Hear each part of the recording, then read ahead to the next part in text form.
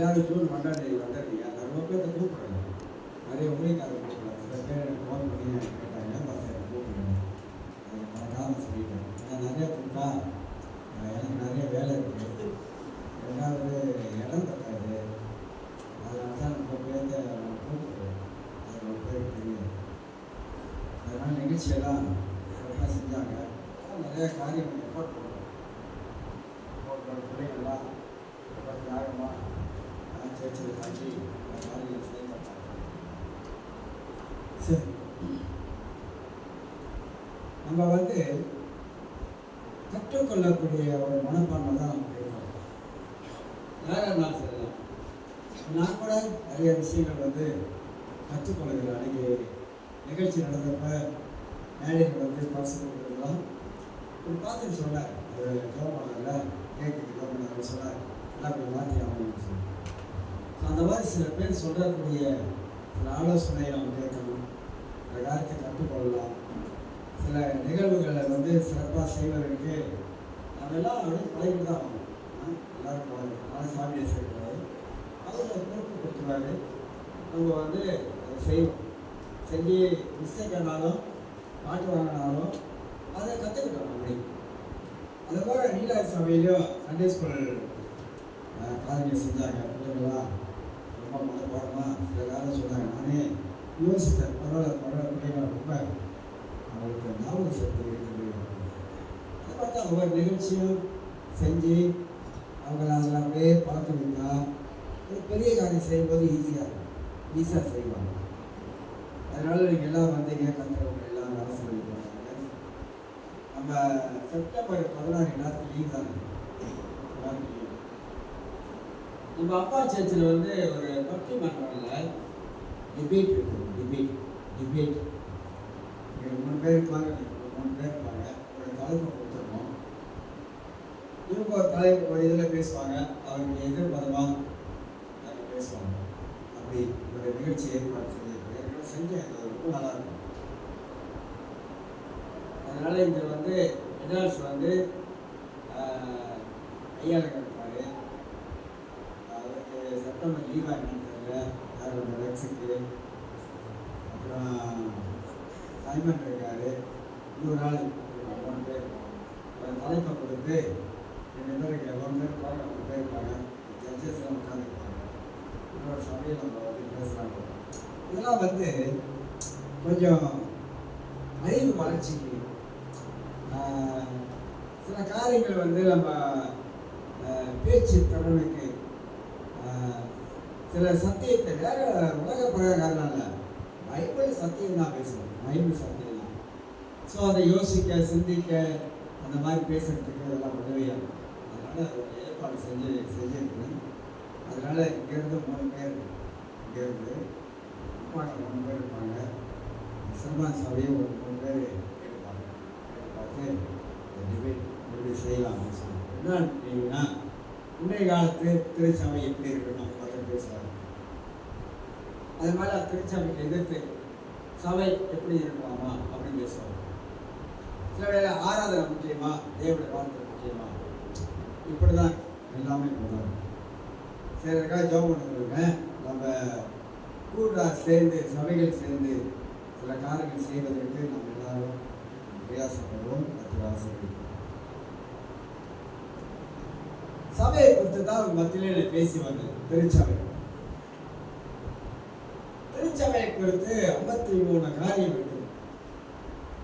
அதில் நம்ம மத்தியிலே பேசி வந்தது சபை எப்படி சத்தியத்தில் வளர வேண்டும் அப்படின்னு பேசணும்.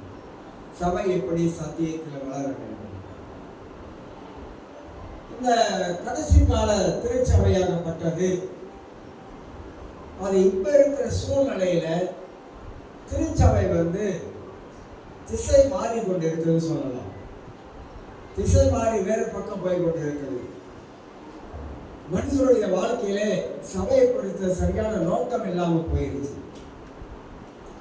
சபைனா என்னன்னு தெரியாமலே போயிருச்சு. ஆகினால்தான் சபையை குறித்து நம்ம வேதத்தின் மூலமாக சில காரியத்தை நாம் அறிந்து கொள்ள ஆரம்பிக்கிறோம். நான் 8 காரியம் சொன்னேன். இன்னைக்கு 9வது காரியம். 9 காரியம் சொல்றீங்க. சபை எப்படி கனி கொடுக்க வேண்டும் என்றுலாம் நான் சொன்னேன். சரிங்களா? ஓகே. இன்றைக்கு மனசுங்களா எழுதி வச்சிருக்கீங்களா தெரியாது, நான் சொல்றேன். இன்றைக்கு 11வது காரியமாக 10வது காரியமாக சபை எப்படி பூமியிலே இருக்க வேண்டும். நீங்களும் நானும் இந்த பூமியிலே எப்படி இருக்க வேண்டும், எப்படி இருக்க வேண்டும் என்பது வேதம் நமக்கு போதிக்கிறது. அவர் சபையிலே, இந்த பூமியிலே சபையாகப்பட்டது மலை மேல் இருக்கிற ஒரு பட்டணம் எப்படி மறந்திருக்க மாட்டாததோ அதுபோல திருச்சபை எல்லாருக்கும் முன்பதாக அது வெளிச்சத்தை கொடுக்கக்கூடியதாக இருக்கும். வெளிச்சம் எங்கே இருந்து வருகிறது? தேவனிடத்திலிருந்து தான் வெளிச்சம் வருகிறது. ஒரு மனிதனுக்குள்ளாக இருள் இருக்கிறது. அந்த இருள் ஒரு மனிதனை விட்டு நீங்கி போகும் பொழுதுதான் அந்த வெளிச்சம் நமக்குள்ளாக வருகிறது. மனிதனுக்குள்ளாக வெளிச்சம் வரும் பொழுது அவனுடைய கண்கள் திறக்கப்படுவதை பார்க்கிறோம். அவன் மெய்யான ஒளியை அவன் பார்க்க ஆரம்பிக்கிறான். 1 யோவான் புஸ்தகத்தெல்லாம் வாசிக்கும் பொழுது 1 யோவான் 1ஆம் அதிகாரம் 6ஆம் வசனத்தை வாசிக்க பார்க்கலாம். 1 யோவான் 1ஆம் அதிகாரத்தில் வசனம் 5, 6 கொஞ்சம் எடுத்து வாசிப்போம். தேவன் ஒளியாய் இருக்கிறார், அவ்விடத்தில் எவ்வளவு வேளும் இருள் இல்லை என்று வாசிக்கிறார். தேவன் ஒளியாய் இருக்கிறார், அவரிடத்துல எவ்வளவு இருள் என்று நான் இல்லை என்று வாசிக்கிறோம். அப்ப தேவன் ஒளியாய் இருக்கிறார். ஒளியாகிய தேவன் ஒரு மனிதனுக்குள்ளாக வரும் பொழுது அந்த மனிதனும் அந்த வெளிச்சத்துக்குள்ளாக வாழ ஆரம்பிக்கிறான். மனிதன் உலகத்திலே வெளிச்சத்துக்குள்ளாக வாழ வேண்டும் என்று சொல்லித்தான் வேதமோ நமக்கு கற்றுக் கொடுக்கிறது. 6ஆம் வசனத்தில் நாம் அவரோடு ஐக்கியப்பட்டவர் என்று சொல்லியும் இருளிலே நடக்கிறவர்கள் என்று நடக்கிறவர்களாக இருந்தால் சத்தியத்தின்படி நடவாமல் பொய் சொல்லவர்களாக இருப்போம். அவர் ஒளியாய் இருக்கிறது போல நாமும் ஒளியிலே நடந்தால் ஒருவருக்கு ஒருவர் ஐக்கியப்பட்டிருப்போம். அவருடைய குமாரனாக இயேசு கிறிஸ்துவின் இரத்தம் நான் சகல பாவங்களை நீக்கி அவரை சுத்திகரிக்கும் என்று சொல்லி வாசிக்கிறோம். இந்த 1 யோவான் புஸ்தகத்தில் வெளிச்சத்தை குறித்து வேதம் போதிக்கிறது. வெளிச்சத்திலே நடவுங்கள், வெளிச்சத்திலே நடவுங்கள். எபேசியர் 5ஆம் அதிகாரத்திலே 10ஆம் வசனத்தை வாசிக்கும் போது வாசிங்க, கர்த்தருக்கு பிரியமானது என்னென்று நீங்கள் சோதித்து பாருங்கள், அந்தகார கிரியைகளுக்கு உடன்படாமல் அவ்வளவு வாசிக்கிறோம். வெளிச்சத்திலே நடக்கிற ஒரு தேவனுடைய பிள்ளைகள் அந்தகார கிரியைகளை அடையாளம் கண்டு கொள்ள முடியும். சாத்தானுடைய கிரியைகள், அந்தகார கிரியைகள்னா சாத்தானுடைய கிரியைகள். இன்னைக்கு மனித வாழ்க்கையை நினைச்சா ரொம்ப வருத்தமாக தான் இருக்கு. கிறிஸ்தவனுடைய வாழ்க்கையை நினைச்சா வருத்தமா இருக்கு, துக்கமா இருக்கு. நமக்கே துக்கமா இருக்கு, வருத்தமா இருக்குன்னா தேவன் எவ்வளவா வருத்தப்படுவார், ஆண்டவர் எவ்வளவா துக்கப்படுவார். மனிதர்கள் ரட்சிக்கப்பட்டு உலகத்துல ஏனோதனமான ஒரு வாழ்க்கையை தான் கிறிஸ்தவ வாழ்க்கை வாழ்றாங்க. ஏனோதனமா வாழ்றாங்க. அவங்க உணர்ந்து வாழ மாட்டாங்க. பழைய ஏற்பாட்டில் இயேசு தீர்க்கதரிசி சொல்றார், அழகா சொல்றார். புதிய ஏற்பாட்டிலையும் அந்த வசனம் எடுத்து காட்டுது, பழைய ஏற்பாட்டிலும் சொல்லப்படுகிறது. மக்கள் உணர்வு இல்லாதவர்களாக போயிட்டார்கள். மக்கள் தேவனை உணர்ந்து ஆராதிக்கிற வாழ்க்கை இல்லாமல் போயிருச்சு. மக்களுக்கு கடவுளுடைய பயம் வாழ்க்கையை கொஞ்சம் கொஞ்சமா இல்லாமல் போய்கொண்டது. ஆராதனையை நம்ம எவ்வளவு முக்கியப்படுத்துகிறோம். ஏன் முக்கியப்படுத்துகிறோம்? ஏன் ஆலயத்தை முக்கியப்படுத்துகிறோம்? கூடி வர வேண்டும், தேவனை மகிமைப்படுத்த வேண்டும். ஆலயத்தில் நின்று ஆண்டவரே என்னை ஒவ்வொரு நாளும் கண்மணி போல என்னை பாதுகாக்கிறீங்க ஆண்டவரே, என்னை ஒவ்வொரு நாளும் நடத்தி கொண்டு வரீங்க ஆண்டவரே. மனிதன் உணர வேண்டும், தேவன் எவ்வளவு நல்லவராய் என் வாழ்க்கையில இருக்கிறார் என்பதை மனிதன் உணர வேண்டும். கடவுள் இல்லாமல் நம்முடைய வாழ்க்கை இல்லைங்க. ஆண்டவர் இருக்கிறனால தான் நம்ம உலகத்துல வாழ்ந்து கொண்டிருக்கிறோம். தேவன் தான் நம்மளை எல்லா விதத்திலும் வழிநடத்தி கொண்டு வரார் என்ற அந்த உணர்வு எனக்கு இருக்கணும், உங்களுக்கு இருக்கணும், எனக்கு இருக்கணும். ஆண்டவர் எத்தனை இக்கட்டில் உதவி செய்திருக்கிறார், எவ்வளோ சோதனை மத்தியிலே நமக்கு வந்து கை கொடுத்திருக்கிறார். பல போராட்டத்தின் மத்தியிலே நம்முடைய மனமெல்லாம் சொல்லியிருக்கு, செத்துருலாம் சொல்லி இருக்குது, மனம் சொல்லி இருக்குது. இந்த மனம் நமக்கு ரொம்ப ஆபத்தான காரியத்தை விளைவிக்கும். மனம் நமக்கு பெரிய போராட்டமாக மாறி இருந்திருக்குது. குடும்பங்கள்ல கணவன் மனைவி இந்த மாதிரி சூழ்நிலையில பல போராட்டங்களை நம்முடைய மனதில் உண்டாக்கி இருக்கிறது. நிறைய கவலைப்பட்டு இருக்கிறோம், நிறைய துக்கப்பட்டு இருக்கிறோம். சில வேளைகள்ல நம்ம தனிமையா நின்று கூட அழுது இருக்கிறோம். இதெல்லாம் என் வாழ்க்கையில நடக்குது ஆண்டவரே, இப்பெல்லாம் என் வாழ்க்கையில இருக்குது, இதுல இருந்து எனக்கு ஒரு விடுதலை கிடைக்காத என்பதெல்லாம் புலம்பி இருக்கிறோம். பல விதங்களை புலம்பி இருக்கிறோம். ஆனா கர்த்தர் நம்மளை எல்லா விதத்திலையும் அற்புதமா நடத்தி இருக்காரு. ஏன்னா அவர் காண்கிற கர்த்தர், நம்மளை பார்க்கிறார், நம்மளை அறிந்து இருக்கிறார். அவர் எல்லாமே அவருக்கு தெரியும் என்பதை நாம் அறிந்திருக்கிறோம். ஆக ஆண்டவர் எல்லா ரீதியிலும் நம்மளை எப்படி இஸ்ரவேல் ஜனங்களை கோடி தன் குஞ்சுகளை கூட்டி சேர்ப்பது போல நான் உங்களை கூட்டி சேர்க்க எவ்வளோ மனதாக இருந்தார். ஆனா நீங்களோ அப்படின்றார், நீங்களோ என்னை விட்டு கோடி தன் குஞ்சுகளை காத்தடிச்சா புயலடிச்சா அந்த குஞ்சுகளை பாதுகாக்க அந்த சிறகுக்குள்ளாக அப்படி போய் மறைச்சு பறவைக்கு அந்த விதமான ஒரு தன்மை இருக்குது. அதை வச்சு கடவுள் சொல்றாரு, இஸ்ரவேலே உன்னை எவ்வளவோ நான் வந்து கூட்டி சேர்த்து எனக்குள்ளாக உன்னை பாதுகாக்க நான் நினைச்சேன். ஆனா நீங்களோ என்னை விட்டு. ஆண்டவர் எருசலேமை பார்த்து அழுதாரு. ஏன் எருசலேமை பார்த்து அழுதாரு? அந்த மக்கள் மனம் திரும்பாத சூழ்நிலையை பார்த்து ஆண்டவர் அழுதார். மனம் திரும்ப மாட்டீங்களா? காலம் புதிதாக வரப்போகுது, உங்களுக்கு மனம் திரும்ப மாட்டீங்களா அப்படின்னு பார்த்து எருசலேமை பார்த்து அழுதார். தேவன் ஆண்டவராக இயேசு இஸ்ரவேல் மக்களுக்காக கண்ணீர் விட்டார். ஏன் கண்ணீர் விட்டார்னா, இந்த மக்கள் எல்லாம் இயேசுவை ஏற்றுக்கொள்ள மாட்டாங்க, மேசியாவாக இவர் தான் ஏற்றுக்கொள்ள மாட்டாங்க. ஆண்டவருக்கு பழைய ஏற்பாட்டில இருந்து நீங்க படிச்சு பார்த்தீங்கன்னாக்கா, இந்த யூத மக்கள் எப்போதுமே கடவுளுக்கு எதிராகவே வாழ ஆரம்பிச்சாங்க, ஆண்டவருக்கு எதிராகவே செய்ய ஆரம்பிச்சாங்க. அதனால்தான் வாழ்க்கையில வராத காரியமெல்லாம் வந்தது. பூமி பிளந்தது, கொஞ்சம் பேர் உள்ள போயிட்டாங்க. அனாதத்துல வராங்க, ஆண்டவர் எவ்வளவோ காரியம் செஞ்சுக்கிட்டு வராரு. அவங்களுக்கு கேட்க மாட்டாங்க, சொல் பேச்சு கேட்க மாட்டாங்க, கீழ்படிய மாட்டாங்க, முறுமுறுக்கிறாங்க. அப்படியெல்லாம் இந்த மக்கள் செஞ்சதுனால்தான் ஒரு சந்ததி வனாந்தரத்திலே அப்படி அழிஞ்சு போயிடுச்சு. யோசுவா சந்ததி தான் அதை பிற்பாடு வந்தது. அப்ப மக்களை பார்த்து நம்ம என்ன நினைக்கிறோம்? மக்கள் உணர்வடைய மாட்டாங்களே, உணர்ந்து கொள்ள மாட்டாங்களே. உலகம் இன்னைக்கு எப்படி இருக்குது? மிடில் கண்ட்ரியில பார்த்தீங்கன்னா எப்படி இருக்குது? எங்க பார்த்தாலும் யுத்தம், பயங்கரமா உலக போர் வரக்கூடிய சூழ்நிலையெல்லாம் நடந்து கொண்டு இருக்குது. விலைவாசி எல்லாம் பயங்கரமா ஏறி கொண்டு இருக்குது. சம்பாதிக்கிற பணம் கொஞ்சமா இருக்குது. ஆனா ஜாமா வாங்கின போனவாக்கா அவ்வளவு விலைவாசி இருக்குது. காடியோட பொருட்கள் பேப்பர்லாம் விலை கடகடன்னு ஏற்றிட்டாங்க, அவன் இஷ்டம் போல ஏற்றிட்டாங்க. நாள் போக காலங்கள் போக போக மனித வாழ்க்கையில மன சஞ்சலம் தான் நிறைய வருது தவிர மனித விடுதலையா வாழ்வதற்குரிய வழி உலகத்தில். இதுக்கு மத்தியில தான் நீங்களும் நானும் வாழும். இப்ப சொல்லிட்டாருங்க, சேர்ச்சில் வந்து அரசாங்கம் சொல்லுது, வர காலம் இல்லை, சுதந்திரம் அடைஞ்சதுலேருந்து சபைகள் எல்லாம் இப்படிதான் கட்டடத்தில் வச்சு ஆராதிக்கிறாங்க. இடையில வந்த பிரச்சனைனால இன்னைக்கு வந்து அரசாங்கம் வந்து தந்திரமா என்ன பண்றான், பார்க்கிங்க்கு இடம் இல்லை, கிறிஸ்தவங்க எல்லாம் வந்து பார்க்கிங்களை போட்டுறாங்க. அதனால வியாபாரங்கள்லாம் பாதிக்குது. 3 மணி நேரம் சேர்ந்த காரியம் எடுக்கிறாங்க.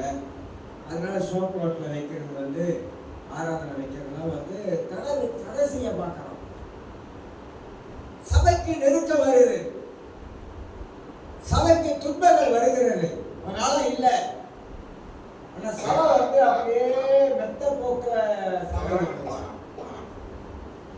சபை அந்த உணர்வடையாத சூழ்நிலை காணப்பட்டது. எவனாங்க சபையை பாதுகாக்கும், எவன்தான் எல்லா காரியத்தையும் உடைக்கும். அதிகாலத்திலிருந்து எழுப்பதில் வந்ததெல்லாம் ஜெபந்தான். ஜெபத்தினால்தான் காரியங்களை கர்த்தர் வாய்க்க செய்கிறார். அதனால்தான் எல்லாரும் ஜெபிக்கணும். ஆண்டவரே, அரசாங்கம் சபைக்கு எதிராக வருவதை உடைங்க. மலேசியா தேசம் என்பது, அரசாங்கம் என்பது, ஆட்சி என்பது எல்லாம் ஊழல் நிறைந்த ஆட்சி, நேர்மை இல்லை. ஓசியா 4ஆம் அதிகாரத்தை வாசி பார்த்தீங்கன்னா உங்களுக்கு தெரியும். 1ஆம் வசனத்துல ஓசியா 4:1 வாசிக்க பார்க்கலாம். தேசத்துல என்ன இல்லை? உண்மை இல்லை. அதுதாங்க நடக்குது. ஓசியா 4ஆம் அதிகாரம் 1ஆம் வசனம். தேசத்துல என்ன இல்ல? இஸ்ரவேல் புத்திரரே, கர்த்தருடைய வார்த்தையை கேளுங்கள். தேசத்து குடிகளோடு கர்த்தருக்கு வழக்கு இருக்கிறது. அதென்றால் தேசத்திலே உண்மையும் இல்லை, என்ன இல்லையா? தேசத்துல உண்மையும் இல்லை, இரக்கமும் இல்லை, தேவனை பற்றிய அறிவும் இல்லை என்று வாசி. உண்மை இல்லை. உண்மை இல்லாத மனிதர்கள் உலகத்தில் பெருகிட்டு வராங்க. நீங்க நல்லா கவனிக்க சொல்ற வார்த்தையெல்லாம். மனிதர்கள் கிறிஸ்தவ உலகத்திலே நீங்க பார்த்தீங்கன்னா, கிறிஸ்தவ அல்லாத உலகத்தில் நீங்க பார்த்தீங்கன்னா, அரசியல் ரீதியில பார்த்தீங்கன்னா, மனிதன் உண்மை இல்லாத மனிதன் பெருகி கொண்டு வராங்க. வேதம் சொல்ற நீதிமொழிகளை வாசிக்கும் போதுதான் உண்மை உள்ள மனிதனை கண்டுபிடிப்பவன் யார் அப்படின்னு. உண்மை உள்ள மனிதனை கண்டுபிடிப்பவன் யார்? அவனை எப்படி உண்மை உள்ள மனுஷன் தெரிஞ்சு கொள்ளலாம்? எங்க பார்த்தாங்க உலகத்துல ஏமாத்து, பொய், திருவள்ளு, கிரைம் பண்றான், கொள்ளையடிக்கிறான், பணம் கொள்ளையடிக்கிறான், லஞ்சம் வாங்குறான், அநியாயம் பண்றான், அக்கிரமம் பண்றான். ஆனா ஒரு மதத்தில் தான் இருக்கான். மதம் போதிக்கிற காரியங்கள்லாம் வாழ்க்கையில கை கொள்ள. அப்ப எங்க பார்த்தாலும் உலகத்துல இந்த உண்மை இல்லாத நிலவரம் தான் எனக்கு ஏற்படுது. கிறிஸ்தவ உலகத்தில் நீங்க அப்படி வந்துருச்சுன்னு சொல்ல வர. உண்மை இல்லாத ஒரு காரியம் தான் கிறிஸ்தவ உலகத்தில் பெருகிக்கிட்டே போகுது. மக்கள் அதெல்லாம் பார்க்கிறாங்க. நம்முடைய வாழ்க்கையில நம்ம உலகத்துல வாழவருக்கு ஆண்டவருக்கு உண்மையாய் வாழ்ந்தோம். கொஞ்சத்திலே உண்மையாய் அநேகத்துல கர்த்தர் அதிகாரியாக இருக்கு. தேவன் உண்மை உள்ளவனை எதிர்பார்க்கிறார். உண்மை உள்ளவனை தான் கர்த்தர் ஆசீர்வதிப்பார் என்பதை நாம் அறிந்து கொள்ள வேண்டும். ஆக சபை பூமியில எப்படி இருக்குது? எப்படி இயங்கிக் கொண்டிருக்குது? பேர், புகழ், பட்டம், பதவி.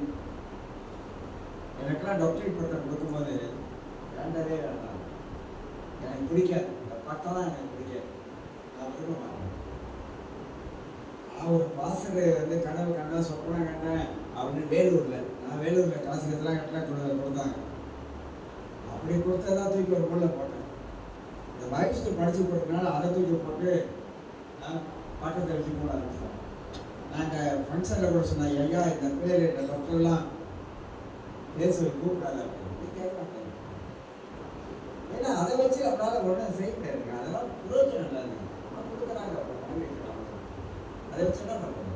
நாளைக்கு போய் ஊசி போடணும், நாளைக்கு போய் எடுத்து ஊசியை போடணும்.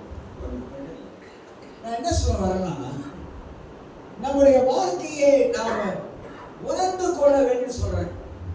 வாழ்க்கையை நான் உணர்ந்து கொள்ள வேண்டும். தாவீது ரொம்ப அழகா சொல்லுவார் பாருங்க. சங்கீதம் 12ஆம் சங்கீதம், 12ஆம் சங்கீதம் ரொம்ப அழகா சொல்லுவார் தாவீது. உணரக்கூடிய ஒரு வாழ்க்கை நமக்கு அவசியம். உணர்ந்து பார்க்கக்கூடிய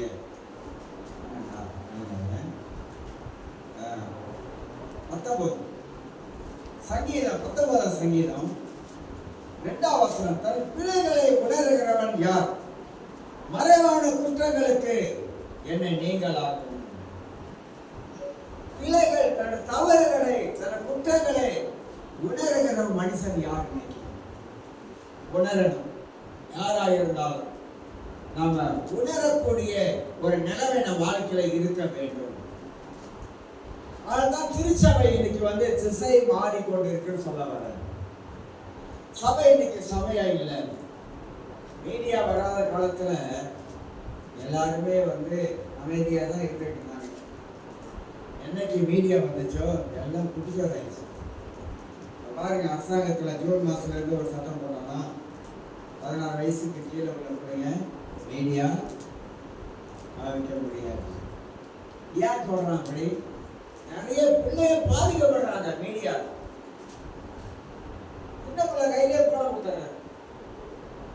அதை வச்சு அதையே பார்த்துக்க. சாப்பிட மாட்டேன், நான் இதை கொடுத்தா சாப்பிடுறேன். சாப்பாட்டோட ரகசியம் என்னன்னு தெரியுங்களா? ஏங்க ரொம்ப பேர் வந்து சாப்பிடும்போது பக்கத்துல போனை வச்சுட்டு போனை பார்த்துட்டே சாப்பிடுறீங்க. உங்க வயிற்றுல கூட ஒட்டாதுங்க சாப்பாடு, தெரியுமா உங்களுக்கு? ஆமாங்க, சோத்துக்கு சாப்பிட்றதுக்கு ஒரு மரியாதை கொடுக்கணும், அது தெரிய மாட்டேங்குது. அந்த போனை வச்சுக்கிட்டு அப்படியே பார்த்து பார்த்து சாப்பிடுறாங்க. ஒருத்தர் சொல்றாரு, சாப்பாடு நம்ம சாப்பிடும் பொழுது அந்த சாப்பாட்டை நம்முடைய மன சாப்பாட்டை வைத்து அதை வந்து ருசித்து சாப்பிடணும். எந்த ருசித்து சாப்பிட்றோம்? ஏன்னா பக்கத்தில் ஒரு போனை வச்சுக்கிறோமே, அது இல்லைன்னா செத்துருவாங்க. நீங்க மனுஷன் போன் இல்லைன்னா செத்துருவான். அப்படியாச்சும் நீ உலகப்ப எல்லார் கையிலும் பாருங்க, எல்லார் கையிலும் போன் இருக்கு. எல்லார் வீட்டிலும் பாருங்க, ஆளுக்கு 4 பேர், வீட்டில் 4 பேர் இருந்தா 4 பேர் போனை பார்த்துட்டு உட்கார்ந்து இருப்பாங்க. ஒருத்தருக்கு ஒருத்தர் பேசிக்க மாட்டாங்க. அந்த டிக்டாக்கே பார்க்கணும், இதே பார்த்து பார்த்து பார்த்து பார்த்து மனது வந்து எந்த அளவுக்கு கரைப்படுது பாருங்க. பைபிள் படிக்கிறாங்களோ இல்லையோ, இதுல உட்கார்ந்து. அப்ப கிறிஸ்தவ உலகம் எங்க போயிட்டு இருக்குது? கிறிஸ்தவ உலகம் எப்படி இருக்க வேண்டியது, ஆனா அது எப்படி இன்னைக்கு இருக்கு என்பதை தான் நம்ம எடுத்து காட்டணும். இந்த காலத்துல மிஷனரி வாழ்க்கை புஸ்தகத்தெல்லாம் நம்ம பெரும்பாலும் படிக்கிறது இல்லை. ஒரு பேர் நான் சொல்லுங்க, நான் வந்து இந்த பேசு புஸ்தகம் அப்படின்னு ஒரு ஏப் இருக்கு. ஸ்ரீலங்கால இருந்து நிறைய புஸ்தகம் பிடிஎஃப் நல்லா அருமையான புஸ்தகம், ஆங்கில புக்கு, தமிழ் புக்கு எல்லாம் நிறைய வரும். நான் எல்லாத்தையும் சில புக்கு தேவையானதெல்லாம் எடுத்துருவேன், எடுத்து பிடிஎஃப் வாட்ஸ்அப் எடுத்துருவேன். அருமையான நல்லா மிஷனரி வாழ்க்கை வரலாறு. அப்பெல்லாம் என்ன ஊழியம் செய்யறோம்? என்ன கேட்டால் நான் என்ன பெரிய ஊழியம் செய்யறேன். அன்னைக்கு அந்த மிஷனரி வாழ்க்கை சரித்திரத்தை படிச்சாங்க, எவ்வளவோ கஷ்டப்பட்டிருக்காங்க. கொஞ்சம் நஞ்சமான கஷ்டம் இல்லைங்க, அவ்வளோ பாடுபட்டு இருக்காங்க. இயேசுவுடைய அன்பை சொல்லுவதற்காக பாடுபட்டு. கையில பைபிள் இருக்குல்ல, பைபிள் எழுதுறது யாரு? தமிழ். தமிழர்களா இருந்தாங்க தீகன் மால், வெள்ளைக்காரர். 30 வயசு 32 வயசு, சின்ன வயசுல இறந்துட்டார். லண்டன்லேருந்து வந்து இந்தியாவிலிருந்து மண் தரையில கையில தமிழை கற்றுக்கிட்டு அதே மூலமா தமிழை எழுதுனார். அந்த எழுத்தெல்லாம் இருக்குது இன்னைக்கு. அதை முற்பாடு தான் தமிழை சரியா கொண்டு வராங்க. ஒரு தமிழ் பற்று இல்லாத ஒரு மனிதன் இந்த பைபிளை எப்படியாவது தமிழை எழுதி மக்களுக்கு கொடுக்க வேண்டும் என்ற அந்த பாரத்துல அவரு வியாதியப்பட்டார், ரொம்ப கஷ்டப்பட்டாரு. அடி நிறைய பிரச்சனை அவரு அந்த ஊழியத்தில், நிறைய பிரச்சனை. அப்படிலாம் வாழ்க்கையை தியாகம் பண்ணி உயிரையே கொடுத்துருக்காங்க, உயிரையே கொடுத்துருக்காங்க. அதுதான் நீங்க நம்ம கையில பைபிள். தாரகபாணி என்ற இடத்துல ஒரு பிரேஸ் அங்கெல்லாம் பார்த்தோம். தாரகபாணி என்ற இப்படி மிஷனரி வாழ்க்கையை ஒருத்தரை படிச்சமாக்கா, ஜான் கல்வின் என்ற ஒரு மனுஷன் கத்தோலிக்க மார்க்கத்தில் உள்ளவர் பயங்கரமான சீர்திருத்தங்களை கொண்டு வந்தார். பயங்கரமான எதிர்ப்பு போராட்டங்கள், அவருக்கு கொலை செய்யக்கூடிய முயற்சிகள், இதெல்லாம் அந்த காலத்தில் அவங்க அப்படி வாழ்ந்துருக்காங்க. மார்ட்டின் லூத்தர், லுத்தரன் சபை இருக்கிற அன்னைக்கு மார்ட்டின் லூத்தர்லாம் வந்து 10 நாள் கொண்டு போய் ஒரு வீட்டில் அடைச்சிட்டு இருந்தாங்க. ஏன்னா அவரை கொண்டுவாங்க. எல்லாம் கத்தோலிக்க மார்க்கத்தில் வந்தவர். விசுவாசத்தினால் நீதிமானி பிழைப்பான் என்ற அந்த வார்த்தைக்கு எதிராக நின்றதுனால கத்தோலிக்க மார்க்கத்தில் உள்ள காலத்தில் சரித்திரத்தை படிச்சு பார்த்தீங்கன்னா அவங்களுடைய விசுவாசத்துக்கு எதிராக நிற்கக்கூடாது. வேதத்தை வந்து நீங்க வந்து எடுத்து க்ளோஸ் பண்ணிக்க கூடாது, சரியா? சத்தியத்தை சொல்லக்கூடாது. நிறைய பேர் கொண்டிருக்காங்க, ரத்த சாட்சியம் மறிச்சிருக்கிறாங்க, பயங்கரமான கொடுமைகளை செஞ்சிருக்காங்க. படிச்சு பார்த்தா நமக்கே இதெல்லாம் அன்னைக்கு உள்ளவர்கள் ஆண்டவருக்காக வாழ்ந்திருக்காங்க, சத்தியத்துக்காக நின்றிருக்கிறாங்க. விசுவாசம் போராட்டம் வாழ்க்கையில மலைக்கு மேல இருக்கு. அவங்களாம் அஞ்சாவது நெஞ்ச உடையவர்களாக தன் ஜீவனை கொடுத்திருக்கிறாங்க. ஆனா இன்னைக்கு சபை இப்படிங்க இருக்கு. ஆதி நிலைமைக்கு போய் பாருங்க சபையை. ஆதி நிலைமைக்கு போய் பார்க்கணும். ஆதி அப்போஸ்தல காலங்களில் சபை இப்படி இருந்தது. அதுக்கு முன்பதாக திருச்சபை உருவாக்கப்படும் பொழுது எப்படி இருந்தது, என்னென்ன தியாகம் பண்ணாங்க. சாது சுந்தர் சிங் எல்லாம் உங்களுக்கு தெரியும். வாழ்க்கை சரித்திரத்தை படிச்சு பார்த்தீங்கன்னா தெரியும். படிக்கணுங்க, படிக்கணும். படிக்காம நம்ம வாழ்க்கையில எதையும் கற்றுக்கொள்ள முடியாது. வெறும் வேதத்துல மட்டும் நம்ம கண்டு வச்சுட்டா பத்தாது. வேதத்திலே நமக்கு நிறைய காரியம், வேதத்தையே நம்ம சரியா புரிஞ்சுக்க முடியல, சரியா படிக்க முடியல. அட்லீஸ்ட் சில புஸ்தகத்தை நான் படிக்கும் பொழுது நமக்கு கொஞ்சம் உணர்வு வருகிறது, ஒரு தெளிவு வருகிறது. திருச்சபைக்காக எவ்வளவு பாடுபட்டாங்க என்பதெல்லாம் யோசித்து பார்க்கக்கூடிய நிலைமை. அதனால சபை பூமியில எப்படி இருக்கணும், ஆனா எப்படி இருக்குது, எப்படி இன்னைக்கு மக்கள் வாழ்றாங்க. அவங்க நினைக்கிறாங்க இஷ்டம் போல நம்ம வாழ்க்கையை நம்ம அமைச்சுக்கலாம். கிறிஸ்தவ வாழ்க்கை இஷ்டம் போல வாழ்க்கையை அமைக்கிற வாழ்க்கை இல்லை. கிறிஸ்தவ வாழ்க்கை வேத வசனத்தின் அடிப்படையில் தான் கிறிஸ்தவ வாழ்க்கை அமைக்க வேண்டும். ஆண்டவர் நமக்கு என்ன கற்றுக் கொடுத்தாரோ அவருடைய போதனைகளை நாம் கை கொள்ள வேண்டும்.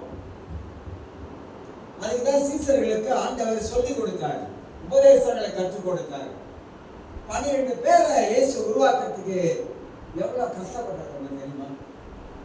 நினைக்கிறேன் 12 சீசர்கள் இருந்தாங்க. 12 பேரை வச்சு செஞ்சாரு. ஏன் 12 பேரை தாண்டி ஆண்டவர் 20 பேரை வச்சிருக்கிறது? 70 பேருக்கு மேல இருந்தாங்க, எல்லாம் ஓட்டாங்க. ரஷ்யாவுக்கு 12 பேரை வச்சு அவங்க உருவாக்குறாங்க.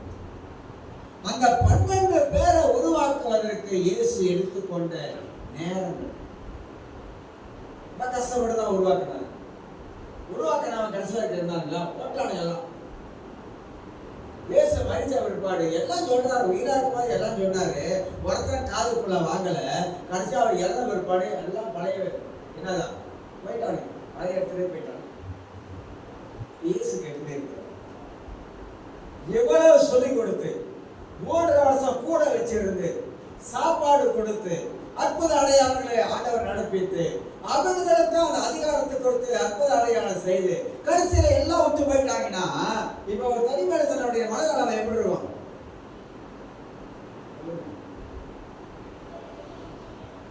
ஆனா ஆண்டவர் அவனை விடல, பின்னாடியே போறாரு. அப்ப தேவனுடைய மனதை கொஞ்சம் புரிஞ்சுக்கிட்டோன்னு சொல்ல வர்றேன். அவர் நினைச்சா போகணும் அப்படின்னு சொல்லிட்டு வேற ஆளை வச்சு என்ன தெரிஞ்சுக்கலாம். ஆனா அப்படி செய்யல ஆண்டவர். அவங்களை வச்சுதான் மீண்டும் உருவாக்குறாரு. பேதுரை வச்சுதான் உருவாக்குறாரு. மற்ற சீசர்களை உருவாக்குறாரு. திரும்பமாக இயேசு மரித்தாரு, பரமேறி போயிட்டாரு. 40 நாள் பரமேறி போவதற்கு முன்னாடி 40 நாள் அவர் என்ன அற்புதம் அடையாளம் செஞ்சிருக்காரு. சீசர் எல்லாத்தையும் கூப்பிட்டு வச்சு 40 நாள் தேவ ராஜ்யத்தினுடைய ரகசியங்களை கற்றுக் கொடுத்தாரு. அப்ப இந்த பூமியில ஒரு திருச்சபை உருவாக்கப்படுவதற்காக ஆண்டவர் எவ்வளவு நேரத்தை செலவு பண்ணாரு, எவ்வளவு எஃபோர்ட் பண்ணாரு, எவ்வளவு தியாகம் பண்ணாரு, விடாமுயற்சி எடுத்துக்கிட்டாரு. அதனால்தான் அவரை பார்க்கும் பொழுது இயேசுடைய பேச்சு எப்போதுமே எதிர்மறையான பேச்சு. அதைத்தான் கத்துக்கணும். விடாப்பிடியா அவங்களை போனாலும் அந்த விடாமுயற்சி அவர்கிட்ட இருந்துச்சு. விடாமுயற்சி அவரை கொண்டு வர முடியும். அவருக்கு தெரியுது கொண்டு வர முடியும். பேதுரை மாற்ற முடியும். பேதுரு எதிர்காலத்தில் இருப்பான். இதெல்லாம் ஆண்டவர் அறிஞ்சுதான் அவங்களை விடாம ஆண்டவர் நடத்தி வந்தார். இதெல்லாம் நம்ம கொஞ்சம் சீர்தூக்கி பார்க்கணும். அப்ப அதுக்கு ஆதிகால திருச்சபைக்கு திரும்பி பார்த்தா எப்படி செயல்பட்டாங்க, அதுக்கு சபை எப்படி இருந்தது,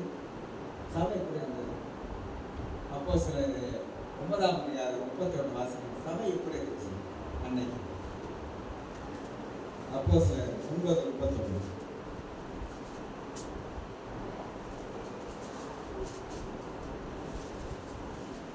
சபைகள் அப்பொழுது யூதேயா, கலிலேயா, சமாரியா நாடுகளில் எங்கும் சபைகள் பெற்று பக்தி விருத்தி அடைந்து கர்த்தருக்கு பயப்படுகிற கர்த்தருக்கு பயப்படுகிற பயத்தோடும் பரிசுத்த ஆவியின் ஆறுதலோடு நடந்து பெறுகின.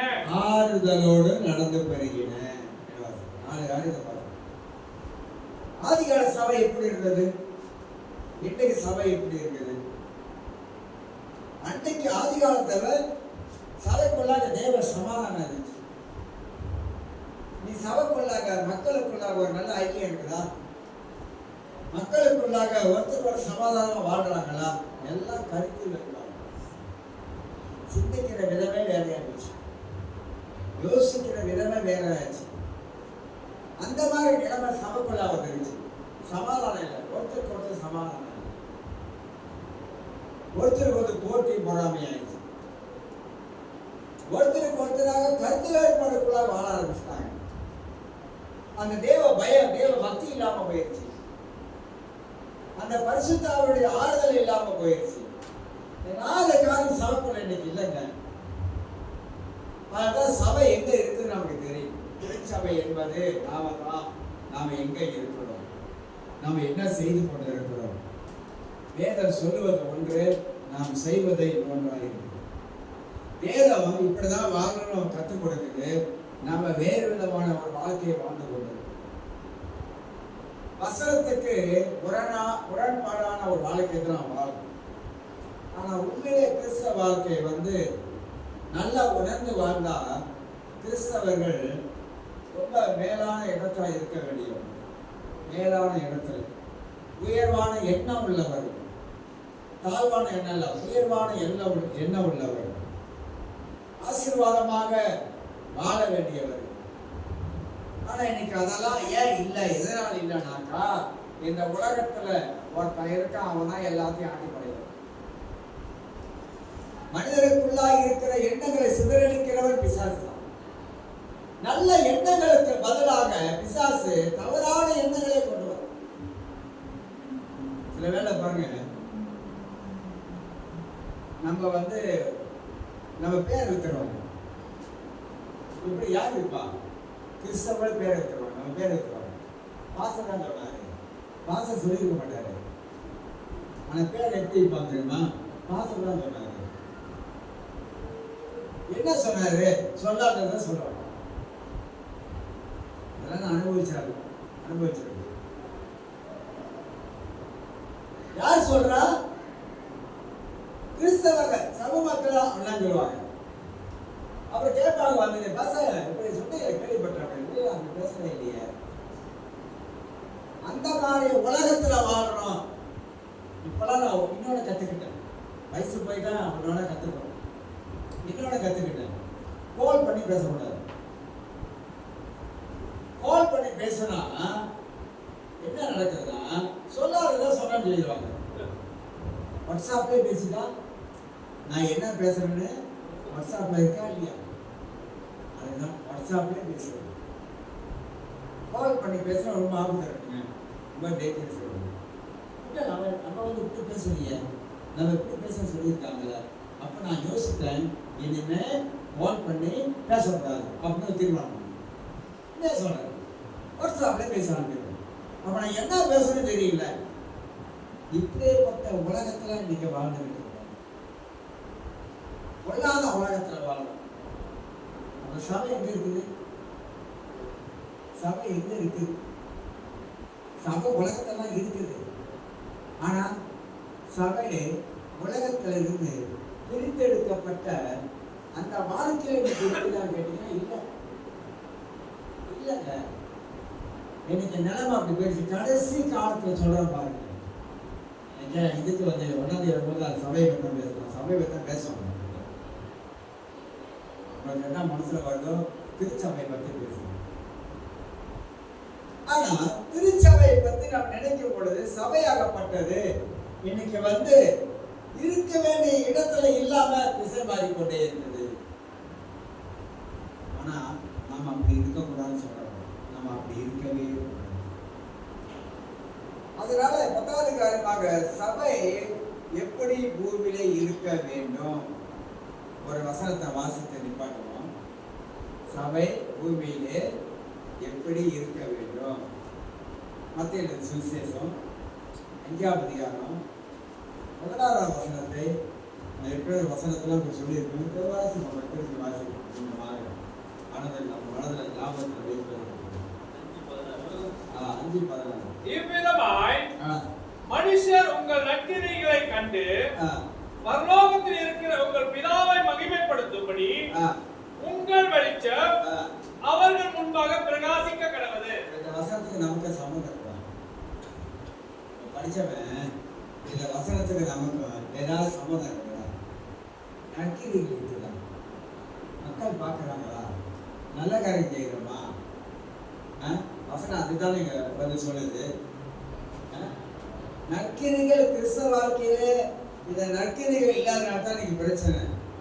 விதமாய் மனுஷர் உங்கள் நற்கிரிகளை கண்டு பரலோகத்தில் இருக்கிற உங்கள் பிதாவை மகிமைப்படுத்தும்படி இவங்கெல்லாம் கிறிஸ்தவங்க எப்ப பார்த்தா நல்லதே செய்ய ஆரம்பிக்கிறாங்க அப்படின்னு யாரை மகிமைப்படுத்துறோமா?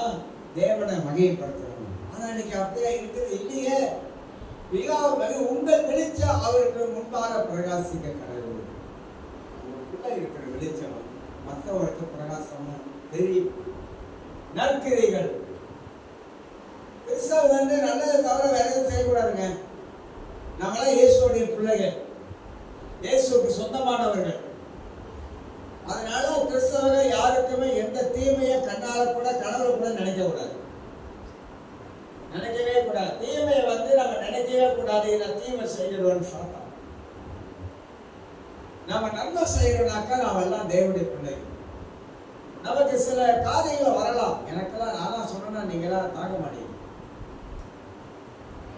ஆனா நான் சத்தியத்துல வேரூன்றி நிக்கிறதுனால தான் அதெல்லாம் நான் பின்னால தூக்கி பவுல் சொல்றாரு, பின்னானவைகளை மறந்து முன்னானவைகளை நோக்கி ஓடணும். இன்னொன்னு சொல்ற ஒருத்த விழுதுட்டான், ஐயா விழுந்தான், இப்படி விழுந்தான், நம்ம ஏன் விழுந்தான், எப்படி விழுந்தான், எதனால விழுந்தான், அதனால விழுந்துட்டு போனோம், இதனால விழுந்துட்டு போனோம், ஏன் விழுந்துட்டாங்க, விழுந்தவன போய் இப்போ ஏன் யோசனை பண்ணிட்டு இருக்கிற, விழுந்துட்டாயா விட்டுரு, அதோட சப்ஜெக்ட் வந்து க்ளோஸ் பண்ணு. எந்திரிச்சு நடக்கிறதெல்லாம் பார்த்துட்டு போகிறத விட்டுட்டு விழுந்தவனை போட்டு அவனை இப்படி விழுந்தா அப்படி விழுந்தான், அதான் அப்படியா அப்பா ஐயோ என்ன தெரியும். அதுதான் இதை மாற்றணுன்றது. இதை மாத்திட்டா எல்லாமே கரெக்டா வாழ்க்கையில நடந்து. அப்ப நீங்களே நான் அந்த பூமியில நற்கிரியைகள் செய்ய வேண்டும். வேலைக்கு உதவுமா, உதவும் நீதா ஒரு டைம் நரிசு வாங்கி கொடுக்குறோமா, செய். 4 பேர் பார்க்குறாங்க, கஷ்டப்படுறாங்க தான், சாப்பாடு இல்லைதான், ஏன் உதவி தான் செய்யறாங்களா, கஷ்டப்படுறாங்க, அவங்களுக்கு ஒரு 2 பேருக்கு அரிசி வாங்கி கொடுக்குறாங்க, ஏதோ ஒன்று செய்யறாங்க. இதைத்தான் இயேசு நம்முடைய வாழ்க்கையில செய்ய சொன்னாரு. நற்கிரியைகள் ஒரு காலத்துல மட்டுமல்ல, உலகத்தில் இருக்க மக்களுக்கு, ஏழைகளுக்கு, எளியவர்களுக்கு என்ன நம்மளால செய்ய முடியுமோ அது செய்யும். நம்மளே சாப்பிட்டு நம்மளே வாழ்றாங்க, நம்மளே சாப்பிட்டு நம்மளே வாழ்றோம். ஒரு பிச்சைக்காரன் இருக்கா, இப்பதான் பசங்களுக்கு பிச்சைக்காரன் வாழ்றாங்க. பிச்சைக்காரன் தெரியும் யாருக்கு, ஒரு கால் இல்லையா, ஒரு பிச்சை எடுக்கிறான், கால் இல்லை, ஒரு வழி போடல, தேஜா பயிர பாருங்க, கஞ்ச பிசினு இருப்பாங்க, ஏதாவது ஒரு வழி போட்டப்பா, அந்த ஒரு வழியும் போடலாமா வேணாமா, போடலாமா, இவருக்கு நான் போடணும், ஒரு வழி எடுத்து போட்டுப்போ. ஏழைக்கு உதவுறவன் கத்தருக்கு கணக்கு கொடுக்குறான்னு பைபிள் சொல்லுது. அவன் ஏழையா, ஒருவேளை சாப்பாடு இல்லாம தான் அவன் பிச்சை எடுக்கிறான். இதெல்லாம் கிறிஸ்தவங்க செய்ய மாட்டாங்க, இதெல்லாம் செய்ய மாட்டாங்க. அவனை தெரியாத மாதிரி போயிட்டு அப்ப போல ஆகிட்டு போயிடுது, இவங்க சாப்பிடுறது. இதெல்லாம் போய் யோசிக்கணும்னு சொல்ல வர, வேற ஒன்றும் இல்லை. இதெல்லாம் போய் யோசிக்கணும். இல்லாதவர்களுக்கு உதவி செய்வது அந்த மனம், அந்த நல்ல நற்கிரிகை, நல்ல காரியங்கள், அப்படி சபை வந்து வளரணும், வரணும். இப்போ காராக்குழி இருக்குது, காராக்குழிக்கு எப்படி நம்ம ஸ்டார்ட் பண்ணி கொண்டு வரோம், எப்படி கொண்டு வரோம், எல்லாம் ஏழை மக்கள், கஷ்டப்படுற மக்கள். ஏதோ அரிசி அவருக்கு முட்டை அது எதுவும் எதாவது வாங்கி கொடுத்து மரத்தில் சேர்க்கல. நான் காலம் சொன்னால கிறிஸ்தவங்க அரிசி பருப்பு வாங்கி கொடுத்த மாத்திரை சேர்த்துக்கிட்டாங்களோ அப்படின்னு அதெல்லாம் செய்யல. நம்ம அவங்க மேலே வைக்கிற ஒரு அன்பு, ஒரு இறக்கம், ஒரு பரிதாபம். சாப்பாடு இல்லாமல் இருக்காங்களே. ஒரு முறை எம்ஐசி தலைவர் அவர் வீட்டில் சாப்பாடுக்கு வழி இல்லைங்க. அந்த டிராவல் சிஸ்டருக்கு ஒரு பேக் அரிசி கொடுத்தாங்க. தெரியாது இவருக்கு தெரியாது அவங்க சாப்பாடு இல்லை. ஆனால் ஒரு பேக் அரிசி கொடுத்தாங்க. அது அவங்களுக்கு சந்தோஷமாச்சு தருவாங்க. அந்த மாதிரி அந்த நற்கிரிகளை சபை செய்யணும், விடாம செய்யணும்னு சொல்ல வரேங்க. வெட்டக்கூடாது, செய்யணும். அப்ப சபை எப்படி இந்த பூமியில இருக்கணும்? இப்படியே இருக்கணும். போட்டி எல்லாம் போட்டியில வந்துருச்சு. சபை இன்னைக்கு போட்டியில நிற்கணும். அதான் இன்னைக்கு நமக்கு அழுத்தம் வருது. போட்டி, டிக்டாக்ல போட்டி பார்த்தீங்களா? எல்லாம் டிக்டாக்ல மின்னல் வேகத்தில் பறக்குது. நான் பெரியவன் அப்படின்னு காட்டுறது போட்டி. நான் பத்தியா அப்படின்னு இதை காட்டுறது, அதை காட்டுறது, என்னென்னமோ இன்னைக்கு காட்டிக்கிட்டு தான் இருக்கு. எல்லாம் என்னாச்சு இன்னைக்கு? ஏசு இதெல்லாம் காட்டாதீங்கப்பா அப்படின்னு இதெல்லாம் காட்டிக்கிட்டு தெரியாது. எல்லா பேரு புகழுக்காக, அவ்வளவு வேற ஒன்றும் இல்லைங்க. பேரு புகழுக்காக சில என்ன சொல்ல சில கூட்டங்களை போடுறது, அதெல்லாம் நான் சொல்ல வரேன். கூட்டம் கட்டுறது அப்படிலாம் அதெல்லாம் சொல்ல வரேன். சில தேதி போடுறோம், அதை கலந்து கொள்றதுக்காக அதுக்கெல்லாம் நான் தப்பாக சொல்ல வரேன். தேவையில்லாத போடுறான் பார்த்தீங்களா? தேவையில்லாம அது சொல்ல வரேன். தங்களை காட்டிக் கொள்றதுக்காக போடுறாங்க பார்த்தீங்களா? அதை சொல்ல வரேன். நான் இப்போ வருஷம் புரிஞ்சுருக்கேன். இதெல்லாம் பெருசாக செய்தி ரெக்கார்ட் பண்ணி யூடியூப்ல செய்தி தவிர மற்றபடி எந்த விளம்பரமும் போடுறதே கிடைக்கும். தேவையில்லாத ஆக எனக்கு அருமையானவர்களே, நிற்காத வண்ணமாக 1 அதிகாரத்தை எடுத்துக்கொள்வோம். திருவள்ளுவருக்கு சில வசனங்களை வாசித்து அவரை காட்டிட்டு பந்தியிலே நாம் எல்லாரும் சேர்ந்து பந்தியிலே பங்கெடுத்து கொள்வோம். 1 அதிகாரத்தை திருப்பிக் கொள்வோம். நான் வாசிக்கிறேன். ரொம்ப நாளைக்கு பிறகு இது என் மனசுல தோணுச்சு. இந்த வாரத்தில் இந்த வசனத்தை வாசிச்சுட்டு நம்ம திருவள்ளுவர் பந்தியிலே பங்கெடுக்கணும். அப்பதான் மக்களுக்கு இது தெரியும் சொல்லிட்டு 23 வாசிக்கிறேன். நான் உங்களுக்கு 1 கொரிந்தியர் 11 அதிகாரம் 23. நான் உங்களுக்கு ஒப்புவித்ததை கர்த்தரிடத்தில் பெற்றுக்கொண்டேன். என்னவெனில் கர்த்தராகிய இயேசு தாம் காட்டிக் கொடுக்கப்பட்ட அந்த ராத்திரியிலே அப்பத்தை எடுத்து சோத்திரம் பண்ணி அதை பிட்டு நீங்கள் வாங்கி புசியுங்கள். இது உங்களுக்காக பிற்கப்படுகிற என்னுடைய சரீரமாய் இருக்கிறது. என்னை நினைவு கூறும்படி இது செய்யுங்கள் என்றார். என்னதான் நினைவு கூறுதல்? 1 நினைவு கூறுதல். 25 வாசிக்கிறேன். போஜனம் பண்ணின பின்பு அவர் அந்தபடிய பாத்திரத்தையும் எடுத்து, இந்த பாத்திரம் என் இரத்தத்தினால் ஆகிய புதிய உடன்படிக்கையாக இருக்கிறது. 2வது என்னது? புதிய உடன்படிக்கை. நீங்க இதை பானம் பண்ணுவதெல்லாம் என்னை நினைவு கூறும்படி செய்யுங்கள். 3வது நினைவு கூறும்படி. நினைவு கூறுகிறோம். 26 ஆகையால் நீங்கள் இந்த அப்பத்தை புசித்து இந்த பாத்திரத்தில் பானம் பண்ணும் போதெல்லாம் கர்த்தர் வருவானோ அவருடைய மரணத்தை தெரிவிக்கிறீங்க. 4வது என்னது? மரணத்தை. இதை உட்கொள்ளும் போதெல்லாம் அவருடைய மரணத்தை நாம் நினைச்சு பார்க்கிறோம், தெரிவிக்கிறோம். இப்படி இருக்க எவன் அபாத்திரமாய் கர்த்தருடைய அப்பத்தை புசித்து, இதுதான் முக்கியம். அபாத்திரமா, அலட்சியமா, பாவத்தோடு என்ன நடக்க போகுது அப்படின்னு வர்றவங்களை பத்தி சொல்றாரு. அவருடைய பாத்திரத்தில் பானம் பண்ணுகிறாவனோ அவன் கர்த்தருடைய சரீரத்தையும் ரத்தத்தையும் குறித்து குற்றம் உள்ளவனாய் இருப்பான். 5வதுன்னா அவன் குற்ற பந்தியில பங்கெடுக்கும்போது குற்றவாளியா மாறக்கூடாது. குற்றவாளியா மாறிடக்கூடாது. 28 எந்த மனுஷனும் தன்னைத்தானே சோதித்து அறிந்து, என்னது, தன்னைத்தானே சோதித்து அறிந்து இந்த அப்பத்தில் புசித்து இந்த பாத்திரத்தில் பானம் பண்ண கடவுள். அப்ப பந்திக்கு வரும்பொழுது நம்மளை நாமளே அலசி ஆராய்ந்து பார்க்கணும். சொல்லட்டுங்களா? இன்னைக்கு சாயந்தரத்துல நமக்கு ஞாயிற்றுக்கிழமை ஆராதனை, இன்னைக்கு ராத்திரி சனிக்கிழமை ராத்திரி, ஆண்டவரே நாளைக்கு திருவிருந்த பந்தி, ஆண்டவரே என்னோட குறைகள் குற்றங்கள்லாம் என்னை மன்னிச்சிருங்க, நான் பந்தியில பங்கெடுக்கும் போது என்னை நானே அலசி ஆராய்ந்து பார்க்கிறேன், என்னை சுத்திகரிக்கிற ஆண்டவரே, என்னை பரிசுத்தப்படுத்தும் ஆண்டவரே அப்படின்னு சனிக்கிழமையே இதெல்லாம் செஞ்சுட்டு இங்க வரணும். இங்கே அதை செய்வாங்க, சுத்திகரிப்பாங்க, சுத்திகரிப்பாங்க. அப்ப அந்த திருவருத்துக்கு எவ்வளவு முக்கியத்துவம் கொடுக்கிறாங்க என்பதை எனக்கு புரியணும். இங்க வந்துகிட்டு ஆண்டவரே மன்னிங்க, ஆண்டவரே மன்னிங்க, ஆண்டவரே என்ன மன்னிங்க, என்ன மன்னிங்க, எப்ப பார்த்தாலும் சிலர் சொல்றாங்க, சிலர் கேட்பாங்க, வேலை ஆண்டவரே எங்களை குறைகிற குற்றங்கள் ஏதாயிரம்டா, எங்களை மன்னித்து சுத்திகரி. எங்க சொல்ற? சேத்துல சொல்லாத, வீட்டிலேயே செஞ்சு சொல்றாங்க. இங்க சொல்லக்கூடாது. இங்க வந்து ஆயத்தமா வந்து இருக்கு. இங்க வந்து மனசு வேறையா இருக்கணும். என்ன மனசு வேறையா இருக்கணும்? எனக்காக இயேசு ரத்தம் சிந்தினாரு, அவருடைய ரத்தத்தினால பாவ மன்னிப்பு எனக்கு உண்டானது அப்படின்ற அந்த எண்ணத்தோட ஆயத்தமா வர.